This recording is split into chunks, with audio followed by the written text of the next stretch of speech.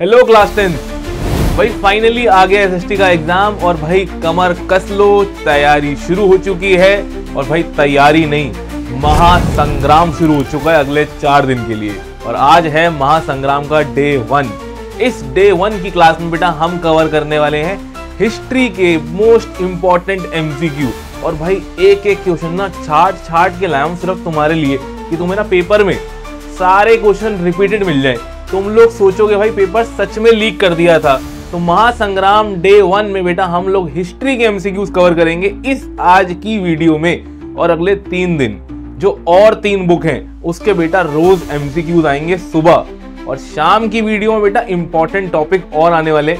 अगले 4 दिन बेटा बने रहना, साथ नहीं छोड़ना है हमने। चलो भाई शुरू करते हैं। माई सेल्फ संचित हुड़िया, आपकी एसएसटी का साथी। History MCQ question number 1। भाई आप लोग जल्दी से अपनी ना नोटबुक निकाल लो और सारे के सारे आंसर मेरे साथ करते जाना और फिर बताना एंड में कि कितने ठीक किए हैं। ठीक है, सिर्फ बेटा हिस्ट्री के एमसीक्यूज करने वाले हैं इस वीडियो में। और बेटा हिस्ट्री से टोटल 4 चैप्टर हमारे सिलेबस में आ रहे हैं। और ये वाला जो क्वेश्चन है आप लोग आइडेंटिफाई भी करते जाना कहां से आ रहा है, ताकि हम लोग रिवाइज भी करते जाएंगे। सबसे पहला क्वेश्चन आ गया बेटा, अ यूटोपियन सोसाइटी इज। ठीक है, तो बेटा यूटोपियन सोसाइटी का सबसे पहले तो बात करते हैं कि इसका मेंशन कहां हुआ है। ये बेटा नेशनलिज्म इन यूरोप की जो सबसे पहली पेंटिंग है आपकी बुक के अंदर, फ्रेडरिक सॉरी ने जो 1848 की पेंटिंग बनाई थी जिसमें स्टैचू ऑफ लिबर्टी में सब नेशन जो है वो मतलब प्रोसीड कर रहे हैं, तो उसका जो विजन था ना बेटा यूटोपियन विजन था। फ्रेडरिक सॉरी की पेंटिंग का यूटोपियन विजन, ध्यान रखना। अब यहां पर आपको 4 ऑप्शन दे रखे हैं। A society under a benevolent monarchy, a society that is unlikely to ever exist, या a society under the control of chosen few wise men, a society under parliamentarian democracy। आपको बताना है बेटा इसका सही आंसर क्या होगा।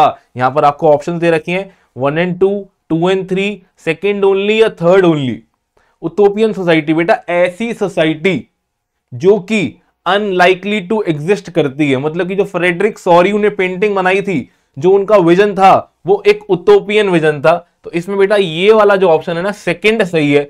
यहां टिक नहीं करना है, हमें चाहिए बेटा ये सेकंड ओनली। तो आपका करेक्ट आंसर हो गया बेटा सी पार्ट। जिन लोगों ने सी पार्ट किया था बेटा आप लोगों का आंसर बिल्कुल सही है। ऐसे बेटा हम लोग हिस्ट्री के हर एक चैप्टर के इंपॉर्टेंट एमसीक्यू कवर करने वाले, साथ बने रहो एंड तक। Second MCQ, who was the writer of book Hind Swaraj. बेटा हिंद स्वराज एक बुक है, कौन से चैप्टर से बिलोंग करती है पहले तो ये जानते हैं। नेशनलिज्म इन इंडिया से बेटा ये बुक बिलोंग करती है। और ये लिखी किसने थी, यहां पर दे रखे हैं 4 ऑप्शन। बेटा हिस्ट्री की बुक से ना बहुत सारी बुक्स, ऑथर, ईयर मेंशन है, एक भी छोड़ के मत जाना। और सारे इंपॉर्टेंट यहां ले आए हूं तुम्हारे लिए वीडियो में। हिंद स्वराज, रविंद्रनाथ टैगोर, BR अंबेडकर, महात्मा गांधी, जवाहरलाल नेहरू। ये बेटा 4 ऑप्शन है। और बता दो 4 में से सही आंसर क्या है। जल्दी से सोच लो, आंसर लिख लो, मैं बता रहा हूं 2 सेकंड के अंदर। हिंद स्वराज किसने लिखी थी? सोच लिया भाई, आंसर सोच लिया बेटा। करेक्ट आंसर है महात्मा गांधी ने लिखी थी। और बेटा ईयर भी सुन लो, 1909 में लिखी थी, जब महात्मा गांधी साउथ अफ्रीका के अंदर प्रोटेस्ट लड़ा करते थे। लिखी इंडिया की इंडिपेंडेंस के लिए ही थी, लेकिन लिखी थी साउथ अफ्रीका में जब वो रहते थे तब। चलो बेटा आगे चलते हैं एमसीक्यू के लिए। आज की बेटा डेट आप लोग जानते हो 21 फरवरी हो चुकी है। और अगले 4 दिन हम लोगों को मेहनत करनी है बेटा। ये वाली जो वीडियो है ना, ये लगभग 11-12 बजे के आसपास मैं अपलोड कर दूंगा। ठीक है, तब तक कोशिश है, क्योंकि बेटा पहले रिकॉर्ड नहीं हो पाई है, आज ही सुबह ही आके रिकॉर्ड की है। ठीक है, अभी कर ही रहा हूं मतलब। और तुम लोग बेटा मानोगे नहीं, एक बार तुम्हें टाइम दिखाता हूं। यहां देखो बेटा 21 फरवरी सुबह 6:11 हुए और मैं यहां आके रिकॉर्ड कर रहा हूं तुम्हारे लिए। और बेटा मेरे पास अपना खुद का स्टूडियो नहीं है, मुझे अपने घर से 1 घंटा दूर आना पड़ता है। ठीक है, बट मैं आ गया हूं बेटा दिन रात मेहनत करने के लिए, क्योंकि तुम लोग मेहनत कर रहे हो। आपकी मेहनत मेरी मेहनत, 1 और 1 11 कर देंगे हम लोग। चलो भाई आगे बढ़ते हैं नेक्स्ट एमसीक्यू की तरफ। एक आ गया बेटा बहुत इंपॉर्टेंट एमसीक्यू। कहां से आ गया भाई? ये आ गया बेटा नेशनलिज्म इन यूरोप से। एक बहुत इंपॉर्टेंट केस स्टडी भी आती है, कि नाम बेटा ध्यान रखना, अर्नस्ट रेनन। बुक के अंदर एनसीईआरटी के अंदर एक केस स्टडी दे रखी है, एक पैराग्राफ दे रखा है साइड में बॉक्स में, जहां से केस स्टडी आती है एमसीक्यू आता है। क्वेश्चन नहीं आएगा ये गारंटी है, एमसीक्यू केस स्टडी आएगी। तो Ernest Renan believe that existence of nations is a necessity because 4 point. ये बेटा नेशनलिज्म इन यूरोप की है। ठीक है, वो प्रोटेक्शन करना चाहते थे टू ऑल इनहैबिटेंट्स, इंश्योर करना चाहते थे liberty to all inhabitant citizens, ensure करना चाहते थे पार्लियामेंटेरियन फॉर्म ऑफ गवर्नमेंट, या फिर इंश्योर करना चाहते थे बेटा job and good health to all its inhabitants. इसका मतलब बेटा इनहैबिटेंट्स के लिए ही कुछ करना चाह रहे हैं, प्रोटेक्शन, लिबर्टी, पार्लियामेंटेरियन फॉर्म या जॉब्स एंड गुड हेल्थ। इन चारों में से अर्स्ट रेनिन क्या चाहते हैं लोगों के लिए? जल्दी से बेटा आंसर सोच लो, 2 सेकंड में मैं बता रहा हूं इसका करेक्ट आंसर क्या है। अर्स्ट रेनिन यूरोप से है बेटा क्वेश्चन, तो बेटा बी ऑप्शन बिल्कुल सही है, लिबर्टी की डिमांड कर रहे हैं to all its inhabitant citizen. Ernest Renan की बेटा लिबर्टी की कोशिश है, वो नेशन स्टेट बनाने के लिए ये मांग रहे हैं कि हर किसी को लिबर्टी, लिबर्टी का मतलब होता है बेटा फ्रीडम मिलनी चाहिए। चलो भाई ये हो गया हमारा बी पार्ट। अब चलते हैं नेक्स्ट क्वेश्चन की तरफ। Who among the following brought out Bengal Gazette, the first weekly newspaper? बहुत important MCQ, chapter print culture. एक नहीं बेटा 2 एमसीक्यू आते हैं यहां पर, नाम देख लो। बिपिन चंद्र पॉल, बाल गंगाधर तिलक, गंगाधर भट्टाचार्य, या फिर बेटा राजा राम मोहन रॉय।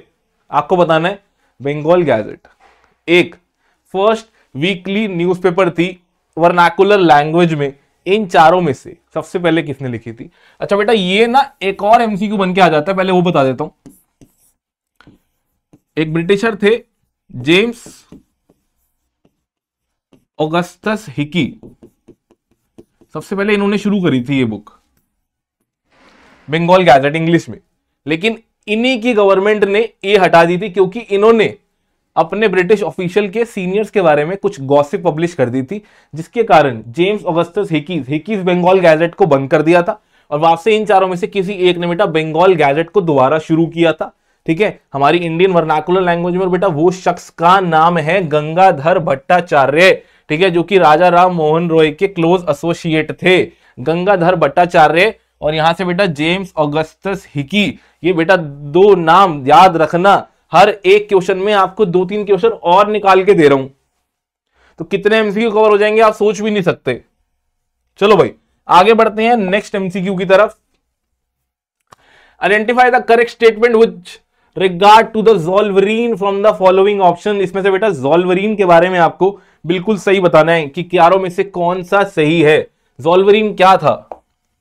जिसको पता है बेटा आप चारों में से जल्दी से अपना आंसर सोच लो, हम इसका सही आंसर सोच रहे। It was a coalition of Prussian state form to manage political alliances, या फिर ये प्रूशियन पॉलिटिकली को एक एसोसिएशन में बाइंड करना चाहते थे, एक कस्टम यूनियन जो कि बेटा प्रूशिया ने शुरू किया था, या फिर it help to awaken and raise national sentiment in Europe. चारों में से बेटा एक ऑप्शन सही है, ऑब्वियसली बात है, जल्दी से बता दो क्या लग रहा है सही। ज़ोल्वरीन बेटा नेशनलिज्म इन यूरोप से चैप्टर बिलोंग करता है, और यहां पर जो फिलॉसफी थी ना वो थी बेटा लिबरलिज्म, इकोनॉमिक सेंस में जब चल रहा था। तो बेटा ये है एक कस्टम यूनियन जो कि प्रूशिया ने स्टार्ट किया था। इसका करेक्ट आंसर है सी। ठीक है, अब हम बढ़ेंगे नेक्स्ट एमसीक्यू की तरफ। ये लो भाई अब आ गया next MCQ. Many historians have argued that print culture created the condition with in which French revolution occurred. बेटा फ्रेंच रेवोल्यूशन तुम्हारा पीछा नहीं छोड़ रहा है, ठीक है, 9th क्लास से तुम्हारे पीछे पड़ा हुआ, और बेटा जरूरी भी है, पता भी लगना चाहिए कि दुनिया में कब क्या हुआ है। तो बहुत सारे हिस्टोरियंस को लगता था कि प्रिंट कल्चर ने ऐसी कंडीशंस क्रिएट करी जिससे ये फ्रेंच रेवोल्यूशन हो पाया। ठीक है, तो यहां पर उसके कुछ करेक्ट स्टेटमेंट दे रखी है, इसी रिगार्ड में हमें बताना है कि सही कौन सी है।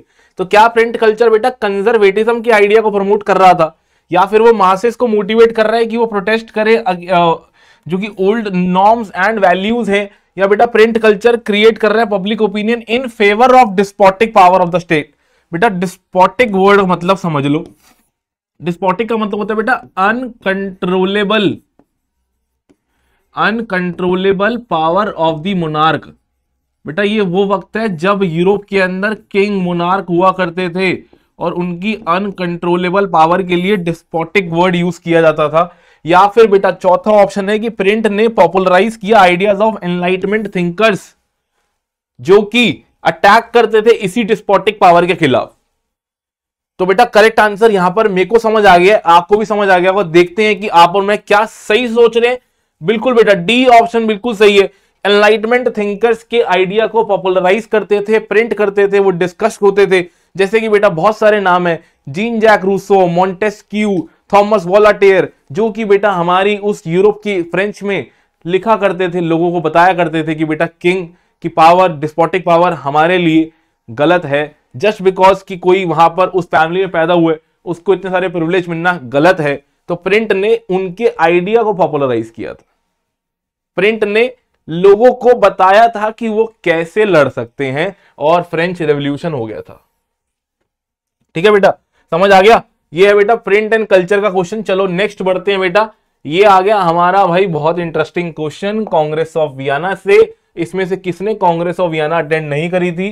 तो बेटा डिटेल में ना सारा कुछ बता रहा हूं, देखो।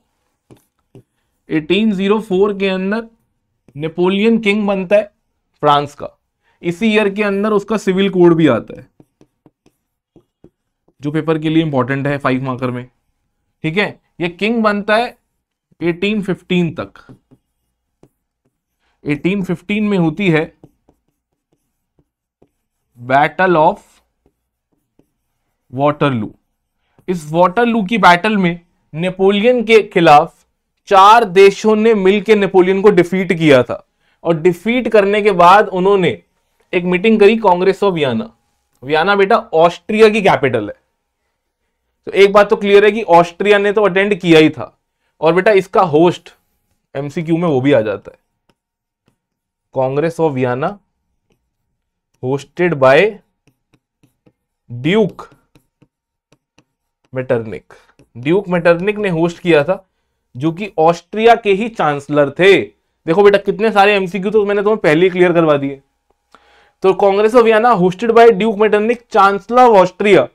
तो ऑस्ट्रिया तो पक्का पार्टिसिपेट कर रही थी, और ऑस्ट्रिया का यहां नाम नहीं दे रखा। तो इसका मतलब एक गलत है, बाकी 3 सही है। चलो भाई तुम लोग सही आंसर बता दो 3 सेकंड में, ठीक है? फिर हम लोग बताते हैं कि इसका करेक्ट आंसर क्या है। ऑस्ट्रिया ने पक्का किया था, बैटल ऑफ वाटरलू में मिलकर हराया था ब्रिटेन ने, रशिया ने, प्रूशिया ने एंड ऑस्ट्रिया ने।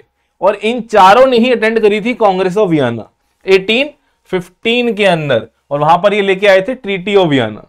स्विट्जरलैंड गलत है, इसने अटेंड नहीं करी थी, क्योंकि ये उस टाइम पर इसका पार्टी नहीं था बैटल ऑफ वाटरलू का। ठीक है बेटा, हिस्ट्री से नेशनलिज्म इन यूरोप की इंपॉर्टेंट टॉपिक है। चलो भाई आगे बढ़ते हैं। अब name the oldest Japanese book. भाई ओल्डेस्ट जापानीज बुक बहुत इंपॉर्टेंट क्वेश्चन है बेटा, पेपर में हर साल आता है, छोड़ के मत जाना। और बच्चे ना बहुत सारी गलती कर देते हैं। ओल्डेस्ट बुक, लेकिन यहां जापानीज लिखा है, ध्यान देना। जापानीज लिखा है तो बेटा सिंपल सीधी बात है, डायमंड सूत्रा। मुझे पता था तुम जल्दी सोचोगे, लेकिन बाकियों का क्या है? ये अकॉर्डियन बुक, ये बेटा सबसे पहले चाइना की ओल्डेस्ट बुक है। अगर पेपर के अंदर ओल्डेस्ट बुक लिखा हुआ आ गया, oldest book with metal movable part, अगर ये आ गया तो बेटा फिर ओल्डेस्ट हो जाएगी जिग्जी। ध्यान देना, जिग्जी बेटा दुनिया की वो ओल्डेस्ट बुक है जो कि विद मेटल मूवेबल पार्ट थी। ये बेटा बुक है कोरिया की। देखो चारों की अपनी अपनी सिग्निफिकेंस। अकॉर्डियन बुक पहली बुक जो कि चाइना में थी सबसे पहले, जिग्जी कोरिया की सबसे पहली बुक है, विद ओल्डेस्ट बुक है जो कि मेटल मूवेबल पार्ट से बनी थी। डायमंड सूत्रा बनी थी बेटा जापानीज के अंदर, बुद्धिस्ट मिशनरीज ने लिखी थी। और बाइबल वो बुक है बेटा जो कि पहली प्रिंटेड बुक थी, जिसका की पहली बार प्रिंट हुआ था। 180 कॉपीज बनी थी। मशीन का नाम था बेटा गुटनबर्ग प्रिंटिंग प्रेस, जो कि 1448 में परफेक्ट हो गई थी, जो हैन गुटनबर्ग ने बनाई थी, जर्मनी से बिलोंग करते थे। जल्दी से ना नीचे मैसेज कर दो, कमेंट कर दो कि बेटा बाइबल की 180 कॉपीज कितने ईयर में बनी है, कितने ईयर में गुटनबर्ग ने ये 180 कॉपीज प्रिंट करी थी। जल्दी से कमेंट करके बता दो। और बेटा पॉज करके ना कमेंट करते ना, ताकि मेरे को लगे कि तुम ना साथ में पढ़ भी रहे हो। कितने सारे टॉपिक तुम्हारे देखो, एक एक स्लाइड में, एक एक एमसीक्यू के अंदर 5-5 कम से एमसीक्यू कवर करवा रहा हूं। ये लो भाई नेक्स्ट बहुत इंटरेस्टिंग एमसीक्यू आ गया। यूनिफिकेशन ऑफ जर्मनी है टॉपिक का नाम, नेशनलिज्म इन यूरोप से। यूनिफिकेशन बेटा सारी इंपॉर्टेंट है, जर्मनी की, इटली की, ब्रिटेन की। और बेटा सारी यूनिफिकेशन बेस्ट तरीके से बेटा, सबसे आसान तरीके से आप लोगों के लिए बेटा ऑलरेडी अपलोडेड है। जल्दी से जाके ना एक बार वो भी चेक कर लेना चैनल पे बेटा, सारी प्लेलिस्ट बनी हुई है, सब इंपॉर्टेंट टॉपिक कवर्ड है, गारंटी कह रहा हूं बेटा, वहां से पक्का क्वेश्चन आने वाले हैं। तो बेटा ये जो यूनिफिकेशन ऑफ जर्मनी हुई थी, ये करी थी प्रूशियन किंग ने, और प्रूशियन किंग के चीफ मिनिस्टर को 3 वॉर लड़नी पड़ी थी जिनका नाम था ऑटो वन बिस्मार्क। तो ये 3 लड़ाइयां उन्होंने किसके साथ लड़ी थी, जिसमें प्रूशिया की विक्ट्री हुई थी और यूनिफिकेशन ऑफ जर्मनी का प्रोसेस कंप्लीट हुआ था। डेट भी लिख देता हूं, चलो बेटा, जनवरी 1871 में कंप्लीट हो गया था unification of Germany. Kaizer William one बन गए थे जर्मन एम्परर, लेकिन ऑटो वन बिस्मार्क को 3 लड़ाई लड़नी पड़ी थी, 3 वॉर्स इन 7 years। वो किसके साथ थी बेटा, ऑस्ट्रिया के साथ थी, डेनमार्क के साथ थी, फ्रांस के साथ थी। बी ऑप्शन बिल्कुल सही है भाई, ऑस्ट्रिया, डेनमार्क एंड फ्रांस के साथ ऑटो वन बिस्मार्क ने 3 वॉर 7 years में करी और यूनिफिकेशन ऑफ जर्मनी का प्रोसेस हुआ कंप्लीट जनवरी 1871। काइजर विलियम वन, नाम सारे ध्यान रखना बेटा, एमसीक्यू कहीं से भी आ सकता है लेकिन आएगा इसी से रिलेटेड। चलो भाई नेक्स्ट एमसीक्यू में चलते हैं। मैचिंग आ गई, क्या बात है भाई, यूरोप से दोबारा मैचिंग आ गई। ये भाई मेरे फेवरेट क्वेश्चन है यार, ठीक है, इनको करने में बहुत मजा आता है। Victor Emmanuel II, king of unified Italy. साथ में बेटा ईयर लिखता जाता हूं, तुम लोगों की ना हर तरीके से रिवीजन कंप्लीट हो जाएगी। 1861 पूरी टाइमलाइन बना दूंगा। जिसिपी मज़ीनी कौन थे बेटा, यंग इटली मूवमेंट करने वाले इटालियन रेवोल्यूशनरी थे। यंग इटली और यंग यूरोप 2 सोसाइटी बनाई थी इन्होंने। गिसिसिपी गैरिबाल्डी बेटा कॉन्कर किया था किंगडम ऑफ सिकलीज, जो कि बेटा इटली में ही था। जब हमारा ये विक्टर, देखो बेटा चारों के चारों जो ये मैचिंग है ना, ये एक ही टॉपिक से हैं, इटली के, और इटली का प्रोसेस कंप्लीट हुआ था 1861 में। ये चारों इंपॉर्टेंट पर्सनालिटी है, इनको father of Italy, founding father of Italy भी कहा जाता है। काउंट का वॉर, विक्टर इमैनुअल II के चीफ मिनिस्टर। ये विक्टर इमैनुअल II पहले सिर्फ सार्डिनिया पियोडमोंट का था। इटालियन यूनिफिकेशन बेटा पूरा डिटेल में 5 मार्क का आ सकता है, वीडियो अपलोडेड है, एक बार जाके चेक कर लो, ठीक है। यहां देखो बेटा ए का 4, बाकी सोचने की नीड ही नहीं पड़ी, बाकी तो अपने आप मैच हो जाएगा। ये लो ऑप्शन सी एक बार देख लेते हैं, बी का 2, सी का 3, डी का 1, सारे हो गए मैच। ये है भाई correct answer, C is the correct answer. और यहां पर आपके बेटा पूरी इटली की यूनिफिकेशन के चारों नाम आ गए, ठीक है। पूरी यूनिफिकेशन देख लेना इस वीडियो के बाद। चलो भाई next, which of the following is not a feature और बिलीव ऑफ कंजर्वेटिज्म। ये भी बेटा यूरोप से आ गया, यूरोप के अंदर एक फिलॉसफी थी कंजर्वेटिज्म, ठीक है। और कंजर्वेटिज्म का इसमें से कौन सा फीचर नहीं है। कंजर्वेटिव्स बिलीव करते थे एस्टैब्लिश ट्रेडिशनल इंस्टीट्यूशन में, बिल्कुल सही है। कंजर्वेटिव स्ट्रेस देते थे ट्रेडिशन में और प्रेफर करते थे ग्रेजुअल डेवलपमेंट, धीरे धीरे, बिल्कुल सही है। कंजर्वेटिव प्रपोज करते थे to return to the society of pre revolutionary days, ये गलत है बेटा। कंजर्वेटिव प्री रेवोल्यूशनरी डेज पे वापसी नहीं जाना चाहते, बल्कि ये अगेंस्ट नहीं है आइडिया ऑफ मॉडर्नाइजेशन की। ये तो चाहते हैं मॉडर्नाइज हो जाए, क्योंकि इनको समझ आ गया कि भाई मोनार्की स्ट्रॉन्ग करनी है तो बेटा थोड़े बहुत मॉडर्न चेंजेस तो लाने पड़ेंगे। हो कोई नहीं, ठीक है बेटा, ये 4 ऑप्शन थे, गलती होती रहती है बेटा।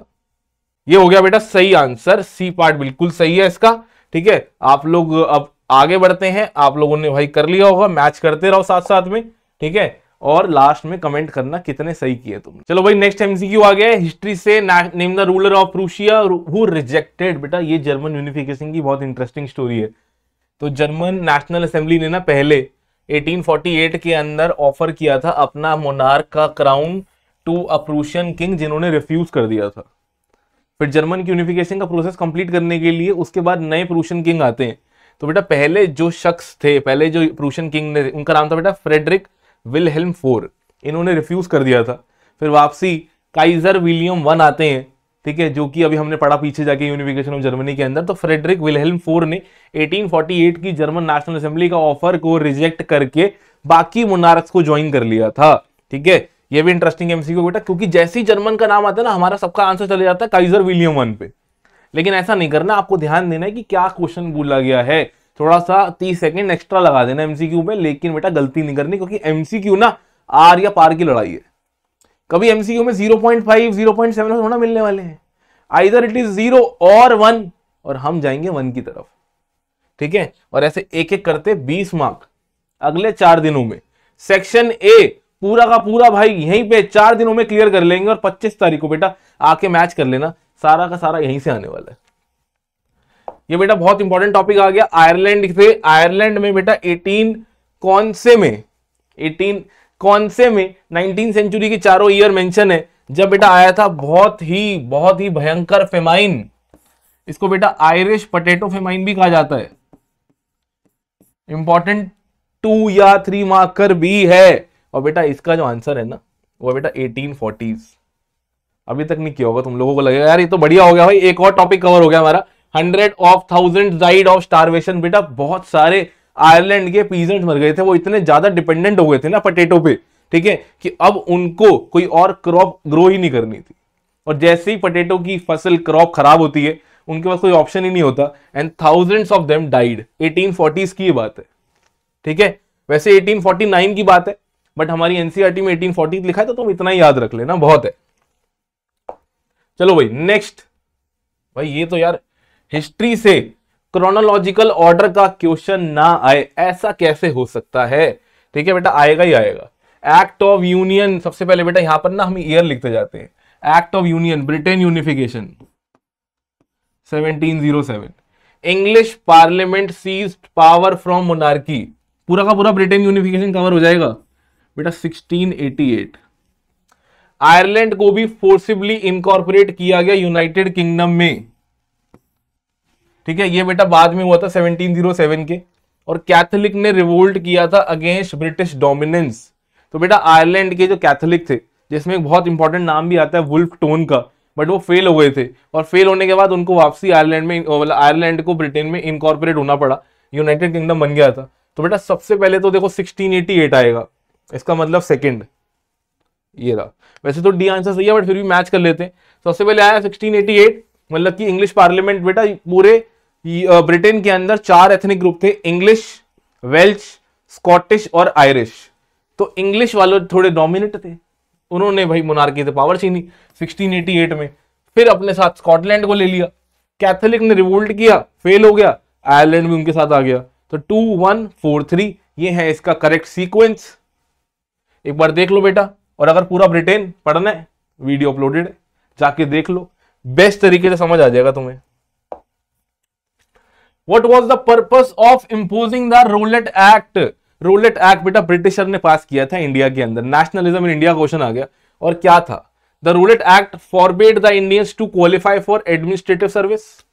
The Rowlatt act denied Indian the right to political participation.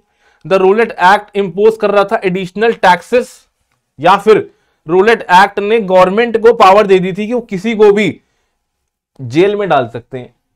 और जेल में डाल सकते ही बिल्कुल सही है बेटा, मतलब समझो ब्रिटिश सरकार ने ब्रिटिश की पुलिस को ही पावर दे दी कि तुम जिसको मन करे अरेस्ट कर लो, without any trial, without any court proceeding, and for a period of 2 years। और इसके लिए बेटा गांधी जी ने रोलेट सत्याग्रह भी शुरू किया था 6 अप्रैल 1919 को। ठीक है भाई, चलो आगे। Arrange the following in chronological order, एक और आ गया भाई क्रोनोलॉजिकल ऑर्डर, ये भी यूरोप से आया है। सबसे पहला भाई नेपोलियनिक वॉर्स। तो बेटा नेपोलियनिक वॉर्स बहुत सारी हुई हैं, बट वो हुई थी जब उसका टाइमलाइन चल रहा था, जो कि था 1804 से 1815 तक। 1815 में अभी तुम्हें थोड़ी देर पहले कराया था। 1815 में जैसी नेपोलियन हारता है, ट्रीटी ऑफ वियना साइन होती है 1815 में ही। ग्रीक ने स्ट्रगल किया इंडिपेंडेंस के लिए। बेटा ग्रीस एक कंट्री थी जिन्होंने स्ट्रगल किया था 1821 में स्टार्ट, और 1832 में उसका स्ट्रगल कंप्लीट हो गया, उनको इंडिपेंडेंट नेशन डिक्लेयर कर दिया गया था by signing treaty of Constantinople. बहुत इंपॉर्टेंट एमसीक्यू बेटा 1832, यहां पर तो आपको यही ध्यान रखना है। फिर Slav nationalism in Ottoman empire, बेटा रीजन है बल्कान, हुआ करता था, बल्कान के लोगों को कहते थे स्लाव्स। ये बेटा almost last quarter of 19th century से लेकर वर्ल्ड वॉर 1 तक हुआ था। बेसिकली वर्ल्ड वॉर 1 का रीजन ही ये बना था।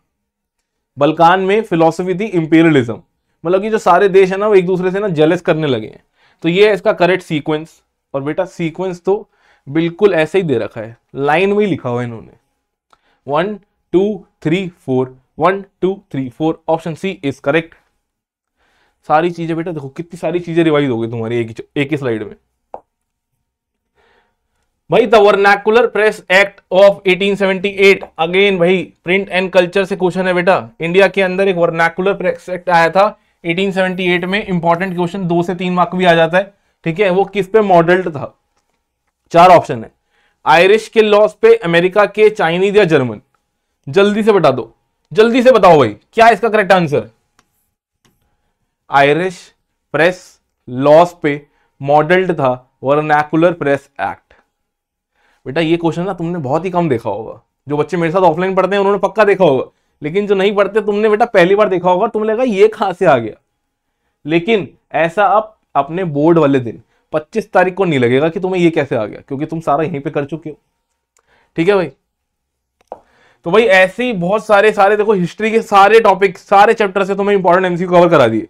ऐसे ही बेटा हम अब अगले 3 दिन और 3 बुक के इंपॉर्टेंट एमसीक्यू तुम्हारे लिए लेके आ रहे हैं, ठीक है। 24 तारीख तक सेक्शन ए की रिस्पॉन्सिबिलिटी मुझे दे दो सुबह सुबह, और शाम को नई वीडियो में, जैसे कि आज ही शाम को बेटा एक और वीडियो आ जाएगी, अपडेट आप लोगों को मिलते रहेंगे। तुम बस चैनल को सब्सक्राइब कर दो, लाइक कमेंट कर दो, शेयर कर दो दोस्तों के साथ, ताकि उनके भी नंबर आ जाए अच्छे।